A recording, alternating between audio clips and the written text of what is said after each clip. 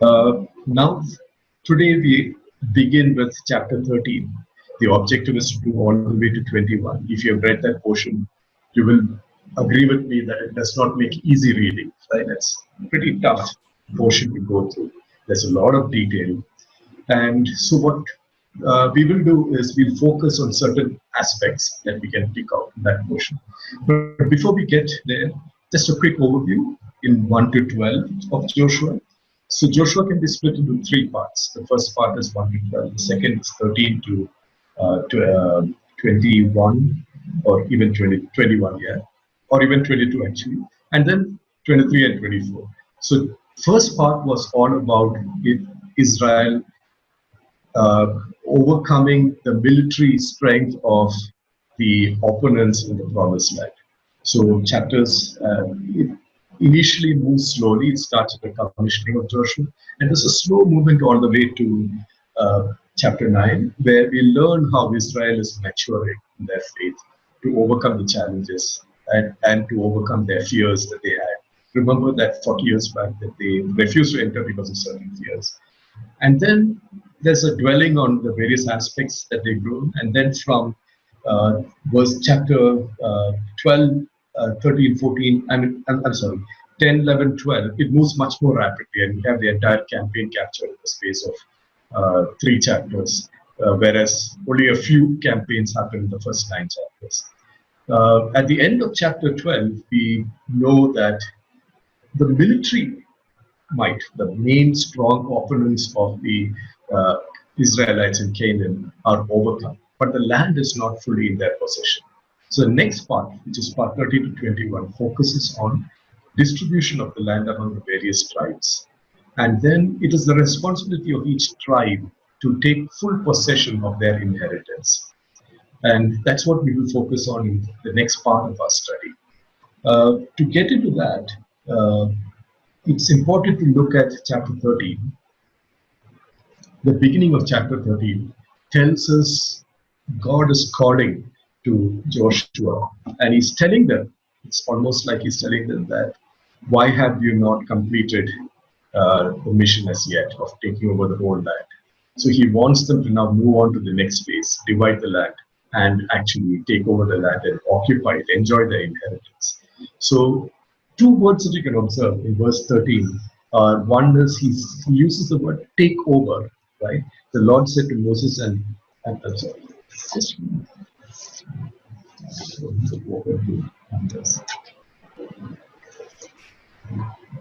so the Lord said to Joshua, you are very old and there are very large areas of land to be taken over. And this has the connotation of Joshua and the Israelites being instruments, tools that God uses to take over the land. But subsequently, when you move throughout the entire Joshua, you notice that the word used is always inheritance. And there's a difference between takeover and inheritance. When you talk about takeover, am I audible to everyone? Yes, okay. Okay. So when we talk about takeover, this is aspect of someone being used as a tool to do that. And inheritance is a word that occurs in Joshua more than 50 times. Okay. So it is interesting to note that God reminds Joshua in chapter 1 that while they are instruments of takeover, the land they will receive as an inheritance. Each tribe will receive it as an inheritance. Israel is an instrument, but the ownership of the land is God's. And God grants it as an inheritance to his people. So an inheritance is something that belongs to somebody else, usually a parent, and that is given to the children. The children don't earn it, they don't buy it, they don't seize it, they don't win it, but it is given to them as an inheritance. And that's a reminder that the land is the Lord's and he grants it to his chosen people as an inheritance. And this was established in Leviticus 25:23, where it says, the land must not be sold permanently because the land is mine, and you are but aliens and my tenants.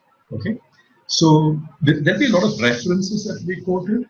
It's going to be tough for everyone to go and jump and follow those references, but what I will do is I'll share the detailed notes as soon as the study is over, so you will have all of the references that I use. Okay, so moving into chapter 13, we will start from verse 8. So the other thing to focus on is to see is that while God makes a call to Joshua to now go and take over the land, he also gives them a promise in verse 6 that he will drive out the opponents, right? So his promise still stays that he is fighting the battle for them, okay? And uh, like I have in the slide out here, it starts 13:1 starts with God's call, and this section, this part ends with a statement that God's promises are now fulfilled in Joshua 21, verse 43 and 45. So uh, we will see that in this portion there are two parts to the allotment. First part is the allotment to the 2.5 tribes. The 2.5 tribes are the tribes of Reuben, Gad, and half of Manasseh, who settle down, who choose to settle down on the east side of the Jordan, the plains of Moab. We will look into that in a little more depth shortly. Okay, and the rest of the portion that we have to study focus on the 9.5 tribes who have the inheritance of the west of the Jordan. Okay, so and in this, the rest of the portion, that's the 9.5 tribes, you'll see a pattern, which is the inheritance of two special people, Caleb and Joshua, are two ends of the allotment story, and everything else is sandwiched in it. So we look at why are these two people special. And there's another specialty, one special tribe, the Levites. They also have a different inheritance, if I may use that word. And we will look at that also in detail. Okay. And certain themes, examples, and come out continuously in this portion. Themes like the theme of Aksa and the daughters of Zelophehad, the characters of Othniel, Caleb, Joshua, the character of Levites. So we will look at these various special characters that come out and what is special about them. We will look at the bad examples, the failures of the tribes, what displeased God, and the impacts of that. And we will also look at certain themes, words that repeat very frequently. So let's step into our study. The first portion we'll focus on is Joshua 13, 8 to 31. And the question for us is, what were the failures and weaknesses of the tribes of Reuben, Gad, and half tribe of Manasseh? So before we go into that, Numbers 32 talks about this portion is positioned on the plains of Moab, which is on the other side of the Transjordan side, right? And some context to this is in Numbers 32, when Moses and the Israelites defeat Bashan and Og and all the tribes in the plains of Moab. The Reubenites and the Gadites and some of the tribes of Manasseh see this land. They have a lot of cattle and they find this very attractive place to settle down. And so they request Moses, they give us this land as our inheritance. They're quick to say that it's not because we won't join you in Canaan and help you occupy Canaan. We will do that, but this is where we want to settle down. So they make their choice and they ask Moses, and Moses grants it to them. But there are certain consequences of this choice. So let's look at this portion. And what are the failures and weaknesses of the tribe of Reuben, Gad, and the half tribe of Manasseh? Take some time out and think about it. You can start chatting. And like last time, I will capture your chat and try to share it in a concise way. If anyone wants to speak out and share their observations, you can do so.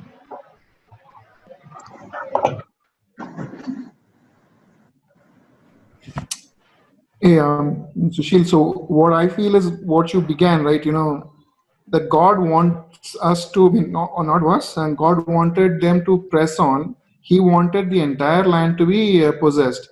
But these guys, when they saw something good, and they felt like, this is good for us, they wanted to settle down without understanding God's complete plan. And they did promise that they will help out, but maybe God had something else in plan, or they didn't want to wait until the fulfillment of their inheritance and all that. They saw something good.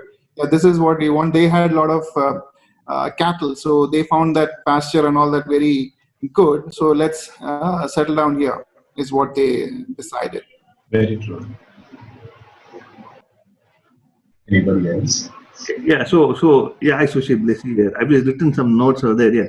So see, one thing that struck me, was the fact that these people see this beautiful land, and they want to secure it for themselves. They're looking at the security of their, wives, their children, their cattle. Forgetting the security that the Lord had provided them, throughout these ages. So that's one thing that struck me, a bit of a thing of being a bit selfish and trying to make hay while the sun shines. A very human characteristic that is seen here. Forgetting what the Lord had done for them, in the past. Yeah, very true. Yeah, this was some very good observations from the chat room also. Um, and I think a lot of us have caught on, have uh, recognized how they did not go through with the entire plan of God, right? They saw something that was pleasing to their eyes, and they did not wait for the Lord to allot them a portion in the promised land. They were aware that, of the fact that God wanted them to inherit Canaan, that Canaan was the promised land. So, in a way, we can say that these 2.5 tribes are kind of borderline believers, right? They came all the way to the border. They even faithfully helped their brothers take over Canaan, but they choose to settle down, grasping what is pleasing in their sight and appeal to their material and economic instincts. Life was probably easier here, they saw, in the fertile plains than in the hill country of Canaan. And they thought they were doing something very smart. And they said, let's settle down here. God allows it to happen, but there are consequences. So this attitude is probably a present risk for all believers, right? People who dip their feet in spiritual life, but with their hands they are grasping to material life. There is a book which I saw referred to when I was studying called $3 Worth. It is written by Wilbur Rees. And there's a quotation from that book. What I will do is I just share that in the chat room. It's a very interesting quotation. I'll just type, again, it's there in the notes, but I'll just paste it into the chat room and I'll be distributing the notes away and I'll read it out for you. So he says in the book, Wilbur Rees says, I would like to buy $3 worth of God, please.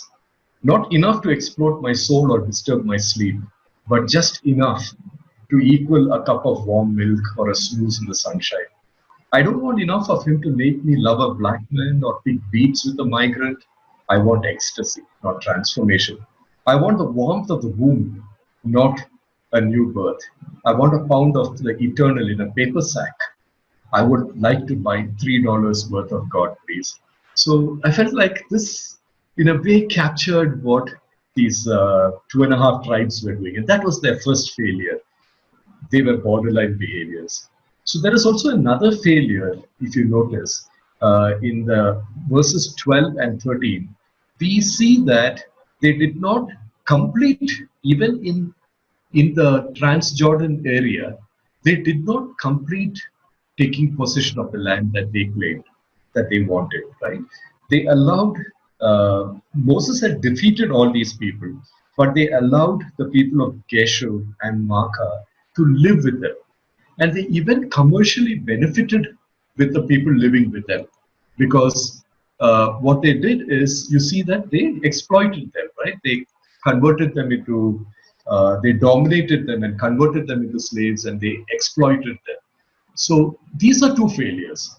Now, when they did this, it was inevitable that there would be a mixture of values, culture, and there would be a corruption of their own values and their faith, which is why God wanted the Canaanites to be completely driven out. So in a way, it is God telling them that the influence of the Canaanites, which would lead you to idolatry, had to be eliminated when you're in the promised land. So even on this, these 2.5 tribes, we note that they failed to do this. Okay, so these are two failures that I observed. Moving on to the next portion.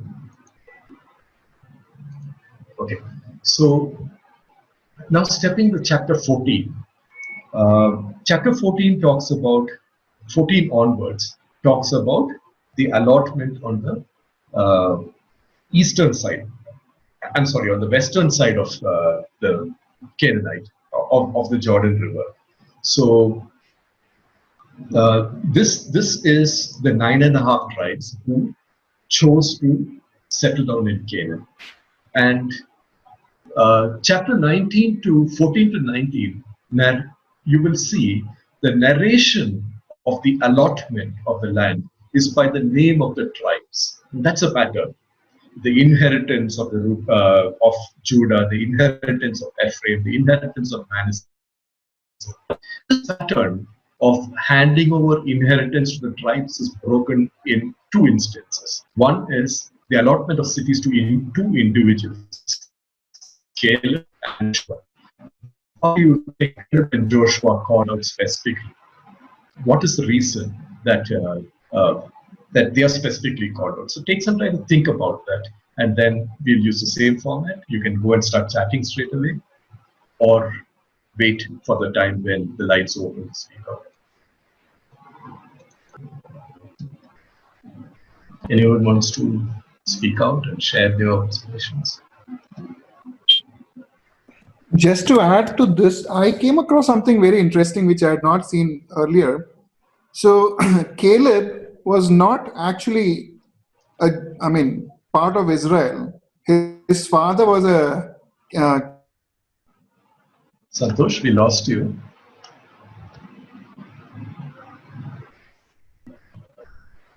Anybody else wants to share? Please speak out. Hey, just one point. I mean, of course, see, if you look at the verse, at 12, it's 14 verse 12, he is a man of very strong faith. See, he asked for bread, he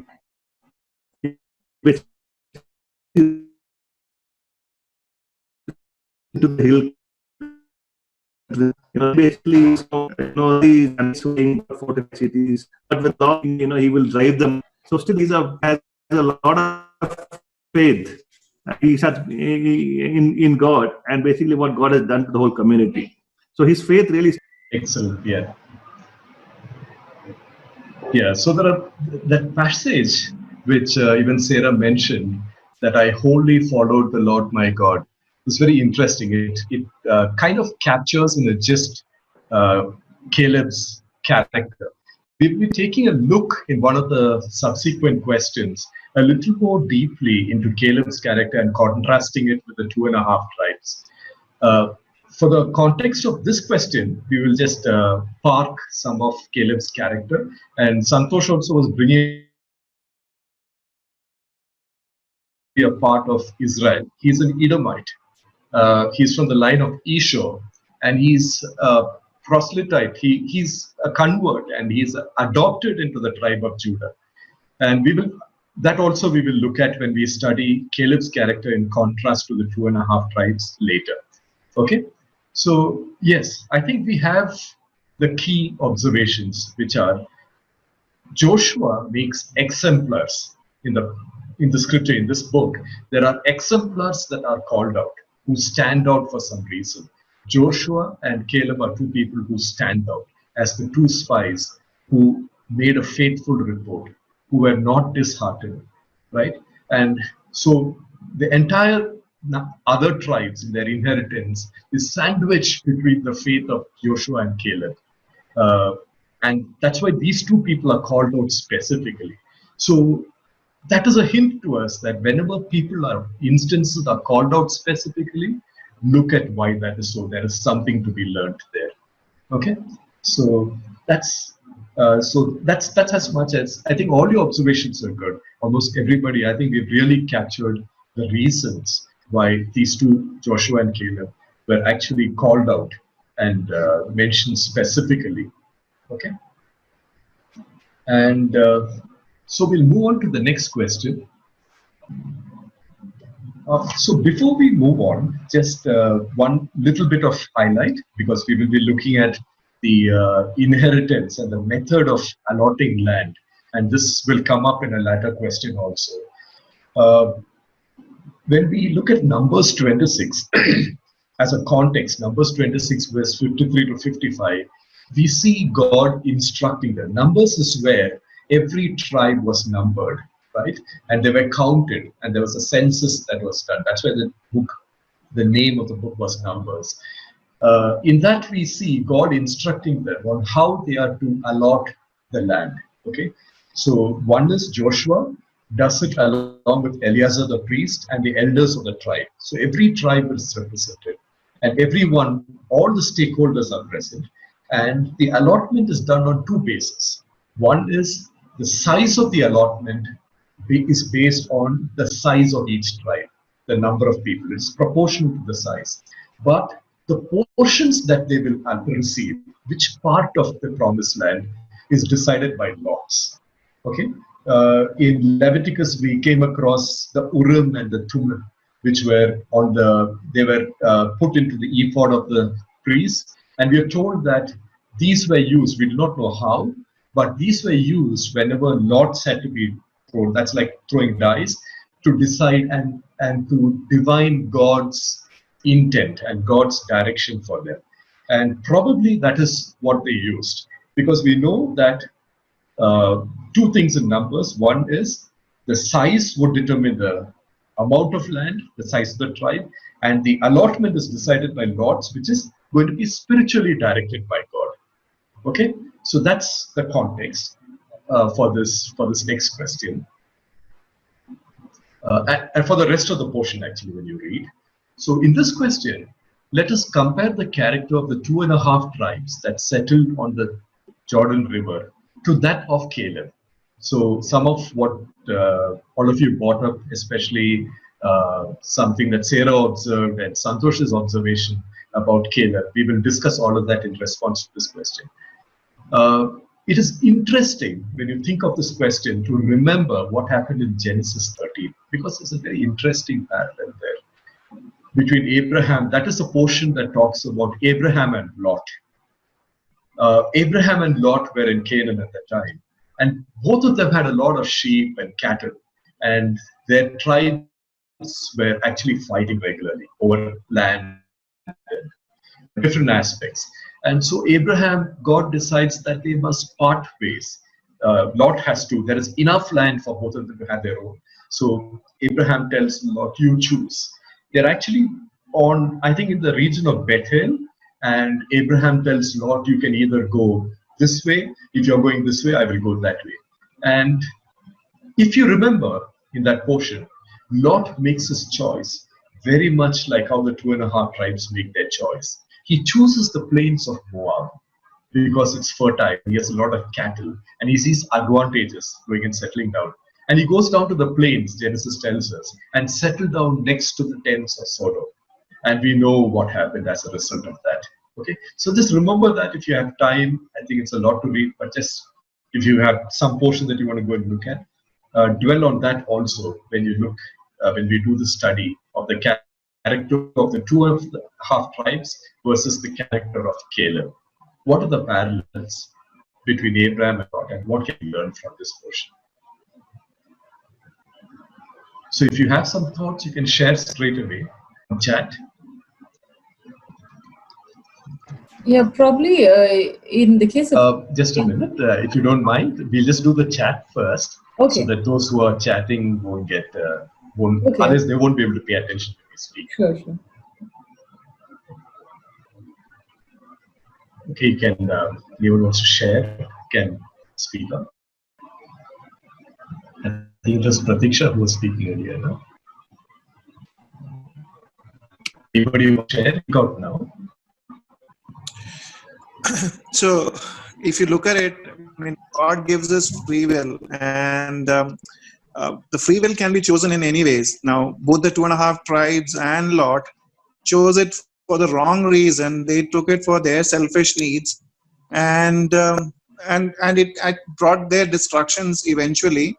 And if you look at Abraham and Caleb, they waited for the Lord. And though, I mean, if you look at it, they also had equal cattle and all that, but they knew that the Lord will provide, and they didn't rely on their own reasons, but on God's reasons.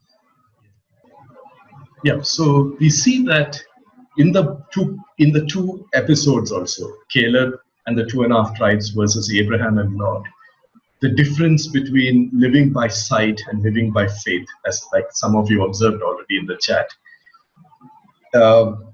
So a little more. I'll just talk a little more about what happens in Genesis, because it's very interesting what happens further. I told you that Lot goes to the plains of Moab, remember? It's the same place where these 2.5 tribes are now settled down. And he chooses to live by the tents of Sodom and Gomorrah. And we know what happened to Sodom and Gomorrah subsequently, how they were destroyed. And very interesting portion after that, after the destruction of Sodom and Gomorrah, only Lot and his daughters survive.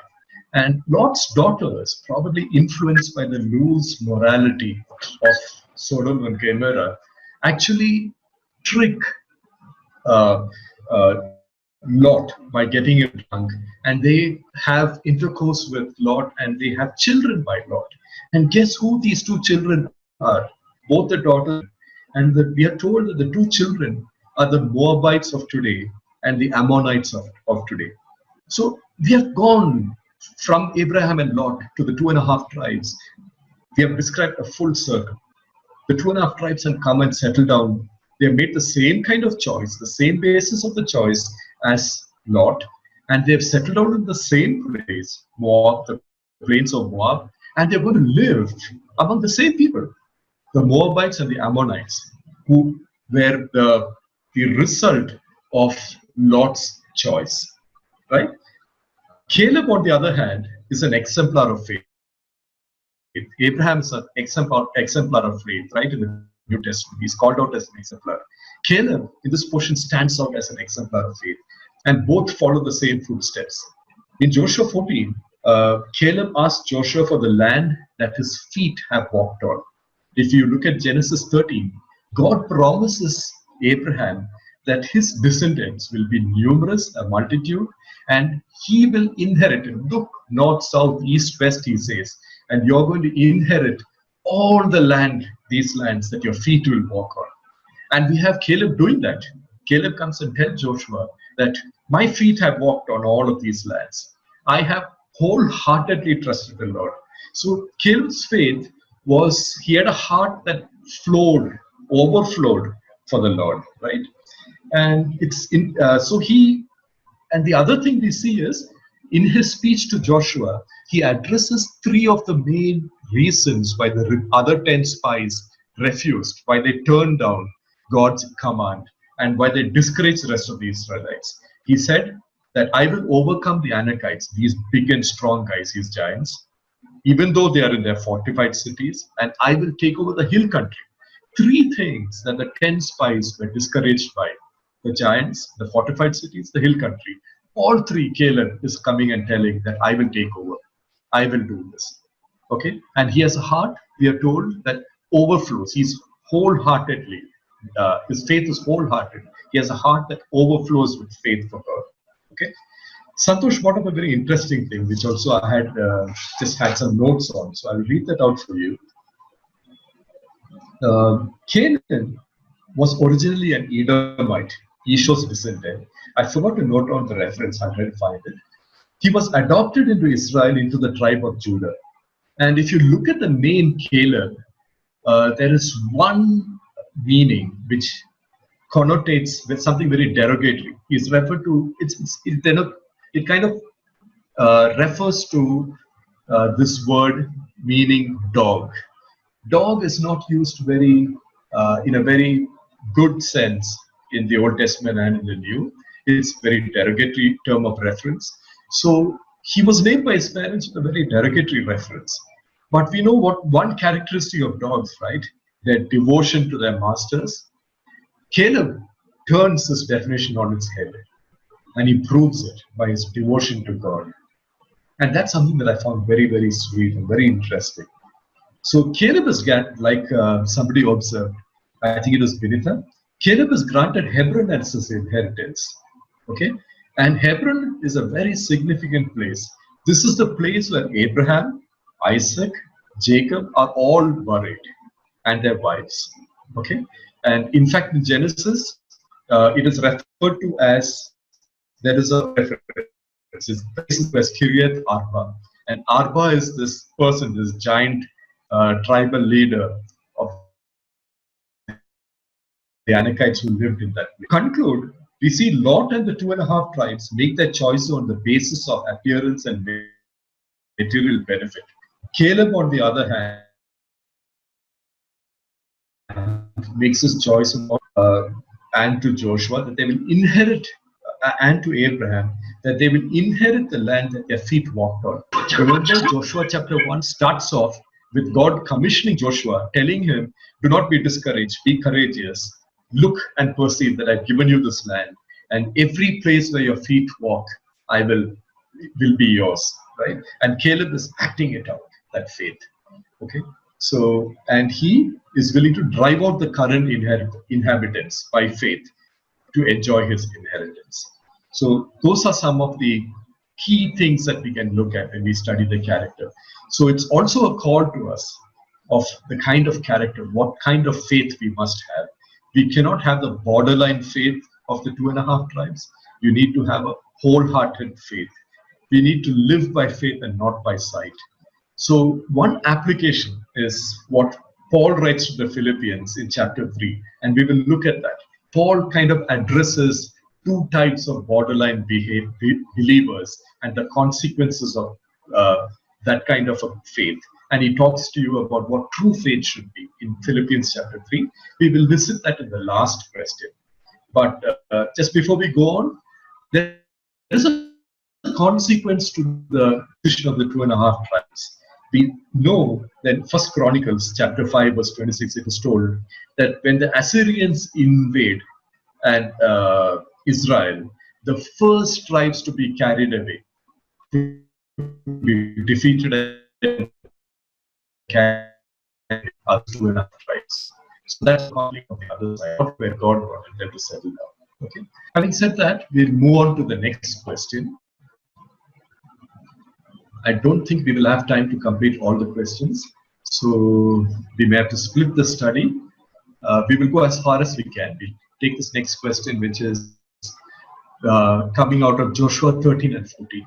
On 3 instances, Joshua 13 verse 14, Joshua 13 verse 33, and Joshua 14 verse 4, it is emphasized that the Levites were also special in some way. They were not allotted land as their inheritance. Why? We will, I think the answer to this may be quite obvious to most of us, so we will go through this question a little more faster. Okay, so take your time, think about this, and you can start chatting right away. And in about 1.5 minutes to 2 minutes, we will move into discussion of this question. So the question again is, why are the Levites singled out as a tribe that will not receive an inheritance of land? If anyone wants to speak out, you can do that. A similar, something interesting that I read, I'm not sure how much it is relevant, but so what I read was that Moses was he was a Levite. He was part of that family. So we know that they were chosen to be, all the offerings that the Israelites brought was theirs, and God wanted them to be dedicated and all that. But from a human perspective, I don't know, he also chose to ignore them so that he doesn't look partial. Okay. Yeah, that's something which I read, but I don't know what is the relevance of that. Okay. But Moses is not here. Were they So the Joshua priestly? They were. Yeah, sorry, go on. They were the priestly, right? Yes. And hence the offerings. Yes. Okay. Yeah, I think we've got that essence of the difference of Levites, right? We know during the golden calf incident that they were the ones who stepped out when Moses called them, and at Mount Sinai, some old history, at Mount Sinai, God tells Israel that the reason why he brought them to Egypt is because he wanted them to be a holy nation, like he was holy. He wanted them to be a kingdom of priests. The firstborn was supposed to be dedicated to the Lord, and that did not happen, especially in the golden calf incident. And so God actually changes that. He says instead of the firstborn, every firstborn would be represented by a Levite, right? So he chooses the Levites, and the Levites are representative priests of the entire nation now. So as priests, so God had selected the Levites. His service was to be their purpose, and he was to be their inheritance. That's a summary of why they did not receive an inheritance. So God had many reasons for this. The Levites had God-focused priestly duties. So their duties were priestly and it was focused on God. They were not to be distracted by or attracted to the ownership of material things and management of property. They were to be teachers of the law and judges of the people. Okay, so that is why he did not give them. He did not want them to have an inheritance of land.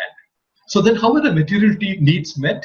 Because the rest of the tribes would provide through their sacrifices. Their needs would be met through the sacrifice of the rest of the people. Now, Sushil? Yeah, 1 minute. I just came across this interesting reference in Genesis 49, 5-7, which says that originally the tribe of Levi was sentenced to landlessness for its violent behavior. So when Jacob is saying the last words to his sons, the Bible just made a reference to that, and I was just going back to that. There seems to be quite a bit of a history there. Yes. There is a very interesting way that Jacob's blessings, see, when we remember, if you remember the portion where Dinah was raped by the Shechemites, it is the Simeon and Levites that actually slaughtered them. And Jacob was very displeased with them, and he curses them. And in the end, in his dying moments, when Joseph brings his sons to Jacob, Jacob actually blesses all his grandchildren and his children. And he tells that Simeon and Levi are not going to inherit land. And we see that working out here. But God converts that into a blessing also in the life of the Levites. Both the Simeonites, they get a portion within Judah's inheritance, and Levites don't get a specific portion. So God picks them. Much later, they exhibit a great amount of faithfulness, the Levites, and so God picks them as a substitute for the firstborn, and he is to be their provision, right? So one, because they didn't had to be distracted, they did not have land. And second is, God did not want them to settle down in one place. Their role meant that they had to be distributed. Salt, when you say you're the salt of the earth or the light of the world, salt and light cannot be contained in one place. It has to be dispersed in the medium in which they are, right? So the Levites had to be amongst Levites, certain cities to live in, that would be theirs. And these cities would be scattered and distributed among all the other tribes. So God wanted his priests, the Levites, to be distributed among all the people. They were to be the salt and light, because remember, he wanted them to be priests, he wanted them to be judges, and he wanted them to be teachers of the law. And they could not do that if they were concentrated in one place. So these are the two reasons that I could see that stand out why God actually chooses not to give the Levites a specific portion of the land as their inheritance. Okay. And like the Levites, I think the Levites are the closest parallel to Christians, right? We are chosen to be priests. In 1 Peter 2:5, we are told that we are chosen to be his priests. And we have a special inheritance as priests. And that special inheritance is God. In Ephesians 1:11, Colossians 1:12, and 1 Peter 1:4, that is the role, the purpose, and the inheritance of God's chosen people, the Christians, who we are. Okay. So, having said that, let's move on to the next question. I think we'll take 10 more minutes, so probably we may be able to do this question and hopefully one more. Okay. So, Joshua chapter 15 and Joshua chapter 17. There are two interesting portions. One is Aksa, the daughter of Caleb, And then the incident where Zelophehad's daughters, I don't know whether I got the pronunciation right, find a special mention in the allotment narrative. So you might have read that. What can we learn from these two episodes? Both are clearly about him. So what can we learn about that? Anyone has observations, you can directly start chatting, and probably in a minute's time, I'll open the list for discussion also. Anybody wants to speak out and share? You can do that. I think Caleb had only a daughter, right?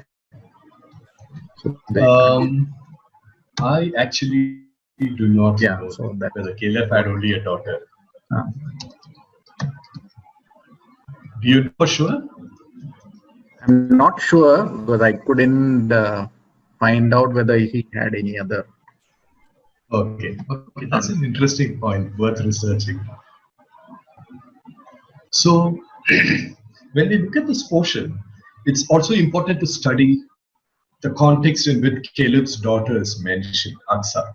Okay, so Caleb has this place that he has to conquer.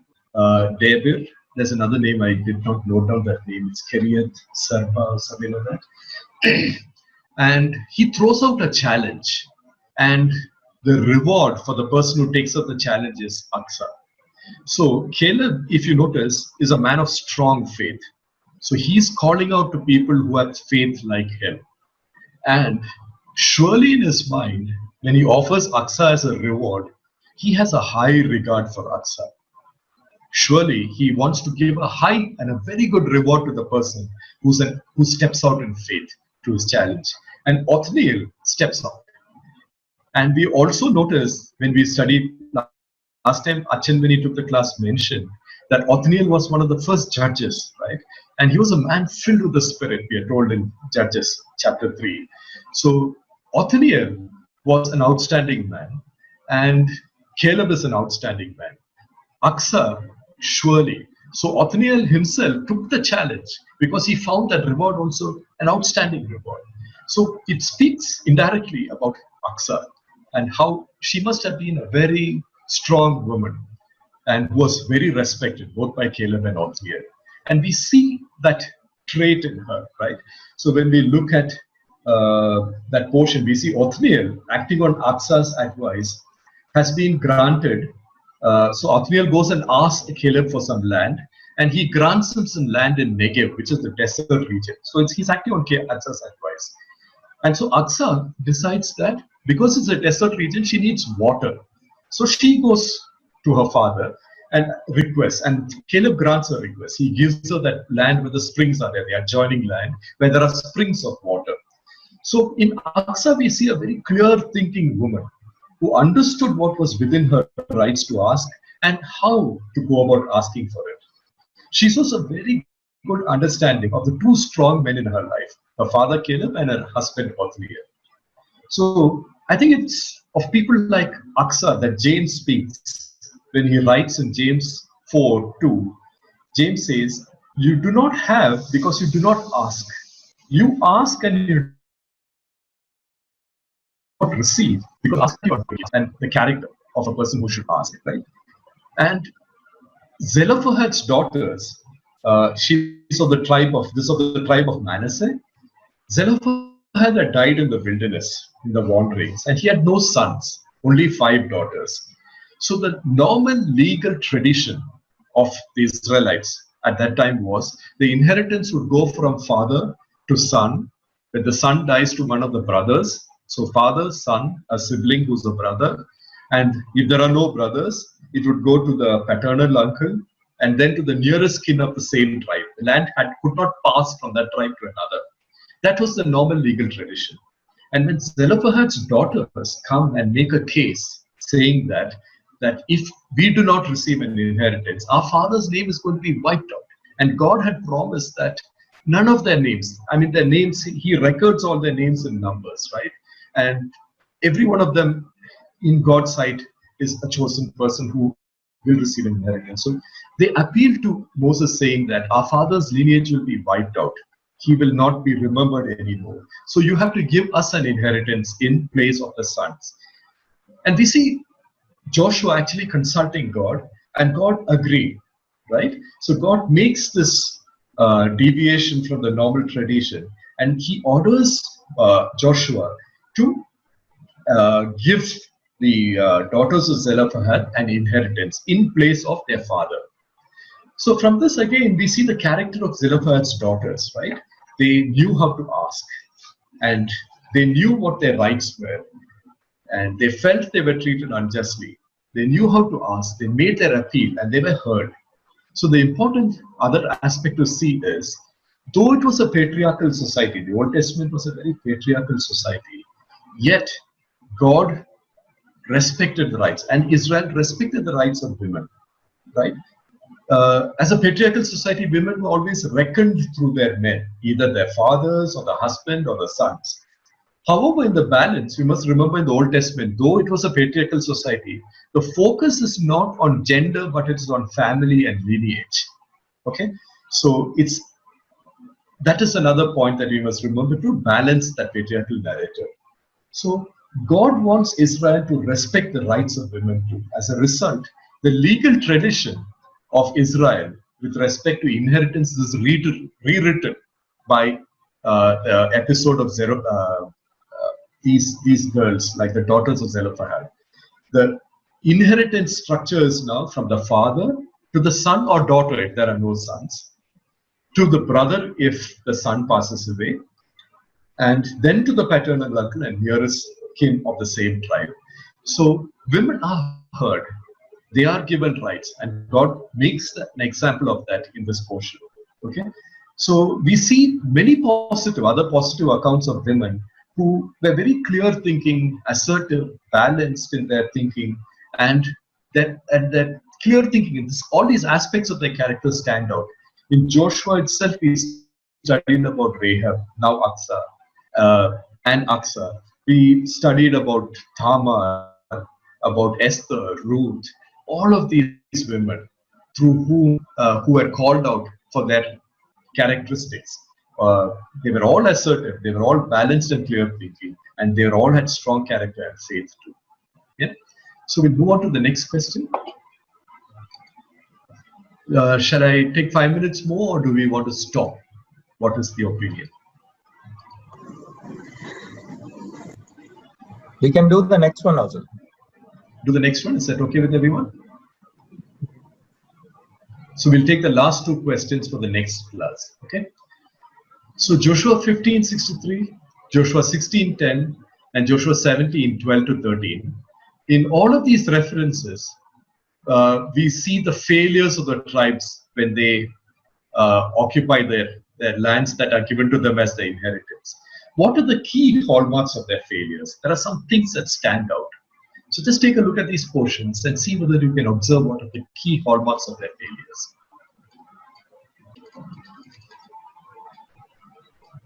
Okay, so just to wrap up, yes, they did not drive out the Canaanites completely. Yeah, Ashish, they were influenced. And like Benita observed, they kept these Canaanites as forced laborers, right? Yeah, Canaanites and Jebusites became part of them, definitely. So we know that one of the consequences of the failure was that their culture would have influenced the Israelites. And we'll see ample evidence of that in the latter portions, Judges and thereon. So we see in Joshua 15:63 that Judah fails to dislodge the Jebusites. In Joshua 16:10, we notice that Ephraim fails to dislodge the Canaanites in Gezer, and he subjects them to forced labor. So he's commercially exploiting them. That is probably the reason why Ephraim does not expel them, right? So, but there is, so even in Manasseh's case, in Joshua 17:12-13, they initially find them too strong to expel, but later when they become much stronger, they subdue them, and they yield to the temptation of exploiting them as slaves rather than driving them out. So these people are going to be influences for Israel, and corrupting influences at that as they go on. What is interesting to observe is in these two cases, when they decide to exploit them as slaves, do you remember one other group of people in Canaan who actually we were told in our earlier study, became slaves to Israelites and they served them? What is the difference from these slaves and those slaves? Is it the Gibeonite? Excellent. The Gibeonites, right? So the Gibeonites signed a treaty, and as part of the treaty, they surrendered to God's sovereignty, and they were slaves to the Israelites and to God. They were slaves to the service. And we studied in that portion how they had a good intent when they surrendered, right? They surrendered in their hearts to God, not just to the Israelites. And throughout the Bible, we do not see them actually becoming a cause for downfall for the Israelites. But in these cases, there is no mention that they were slaves willingly or that they had humbled themselves before Israel's God. So a couple of things we can look at that. One is, did God allow some of the Canaanites to stay with them? From the case of the Gibeonites, Rahab, etc., we know that God allowed those who subjected themselves to God's sovereignty and dedicated themselves to God's service. But there were also people who settled down in Israel, among the Israelites, the foreigners, aliens, who settled down because of the greed of the Israelites, because they wanted to exploit them and they wanted to benefit by using them as slaves. And these people become the downfall of Israel in the future. So that is something that we can learn from the failure of the tribes in not driving out. So one of the discussions we had earlier were they ordered, where was Israel ordered to completely kill everybody in the land? And we said no. And we see evidence of that, right? In three ways. One, those who resisted, whose hearts were hardened, were annihilated. Those who surrendered were allowed to live. Those who left, who vacated the land, were allowed to go. And some continued to stay. And that was against the will of God, at least from the Israelite, from what he wanted the Israelites to do. Israelites, it was about the Israelites that they allowed them to stay. But we also know that the Israelites were the alien way among them with respect. Not supposed to treat them with disrespect. They had rights to. So just that also in your mind. Okay? So we'll conclude Sarah's observation. We claim to be Christians in every area of your lives. We need to let God leave out something like true. So clear a life for them in the promised land that was clear of any corrupting influence. Yes. So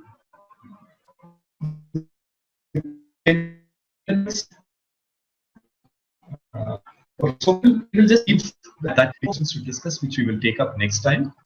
So the next time slides, I'll probably add these two questions, and we will start with the discussion. Friends are not they make a certain mistake, they make an assumption which is wrong, and we can study Joshua's character in that context. And then remember, I said that Philippians was a parallel of borderline faith, so we will also look at that in the next portion. Okay, so next time I will what we'll try to do is to cover all the way up to chapter 22. Or at least up to 21. So we'll pick up these two questions and complete the rest of portions up to 21. Thank you, everybody. And are we having interest with that? We will move on to that session. I'll just yield the screen.